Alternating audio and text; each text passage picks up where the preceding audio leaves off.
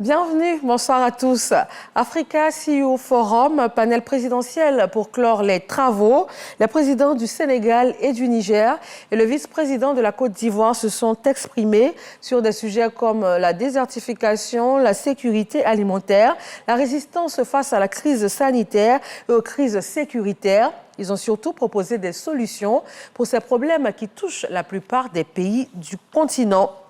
Autre grand moment de ce forum, la première dame de Côte d'Ivoire a rencontré ce mardi les femmes d'affaires présentes à Abidjan, l'une des articulations donc du Africa CEO Forum. Dominique Ouattara a échangé avec elle sur l'apport de la gente féminine au développement du continent. Mahama Traoré. Quand le Gotha du secteur privé africain se retrouve à Abidjan pour plancher sur le développement du continent, la première dame de Côte d'Ivoire trouve le moyen de parler à ses sœurs femmes d'affaires. Elles sont entrepreneuses, dirigeantes ou occupent de hautes fonctions au sein de grandes entreprises africaines ou mondiales. C'est en admiration de leur courage que Dominique Ouattara a tenu à partager avec elles ce cocktail baptisé Women Initiative à la faveur de la 8e édition du Africa CEO Forum. À l'heure où les décideurs publics, les dirigeants d'entreprises et les investisseurs se mobilisent pour élaborer des stratégies de reconstruction et de développement de l'Afrique, les femmes ont un rôle d'acteur de développement majeur à jouer. Pour ma part, j'ai choisi d'apporter ma pierre à la construction de l'Afrique en renonçant à ma carrière de chef d'entreprise au profit de mon rôle de première dame depuis 2010. C'est à ce titre que la première dame de Côte d'Ivoire mène des actions d'envergure au profit des plus faibles. Citons les actes posés par sa fondation Children of Africa dans le domaine de l'éducation, de la santé et du social, son combat pour l'élimination du travail des enfants et celui pour l'autonomisation des femmes avec le Fonds d'appui aux femmes de Côte d'Ivoire. Le FAFSI est un fonds à taux réduit destiné à financer les activités génératrices de revenus des femmes ivoiriennes qui ne sont pas éligibles aux sources de financement classiques. Aucune caution financière, ni aval, ni frais ne sont exigés à nos sœurs pour pouvoir bénéficier du FAFSI. Le capital du FAFSI est actuellement de 25 milliards et ce capital est à la banque et appartient toujours à l'État. Et nos sœurs ont réalisé un taux de remboursement de plus de 98%, ce qui est vraiment exceptionnel. Il a été octroyé à plus de 300 000 femmes ivoiriennes qui peuvent ainsi prendre en charge leur famille, soit plus de 2 millions de personnes sorties de la pauvreté.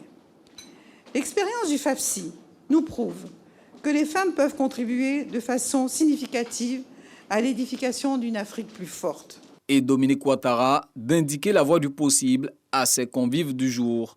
Chères sœurs, il incombe aux femmes dirigeantes de prendre la place qui est la leur et d'asseoir les bases de leur participation active dans la reconstruction de l'Afrique par des décisions fortes et des actions concrètes. C'est à ce prix que nous pourrons jouer véritablement notre rôle dans cette Afrique en pleine reconstruction. Outre cette adresse, Dominique Ouattara s'est prêté aux questions des femmes d'affaires. Pour certaines, bénéficier de l'expérience de la première dame de Côte d'Ivoire et pour d'autres, la soutenir dans ses actions pour un impact plus significatif. Il a lui aussi pris part aux travaux de cet important forum. Le président de la Mauritanie, Mohamed Ould El Ghazouani, a quitté le sol ivoirien cet après-midi. Il regagne la Mauritanie après donc sa participation au forum.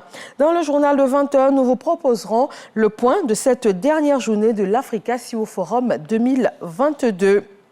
C'est l'avant-dernière étape d'un processus de retrait total de la force Barkhane du territoire malien. Hier lundi, le dernier convoi, composé d'une centaine de soldats français, a quitté Ménaka dans le nord du pays.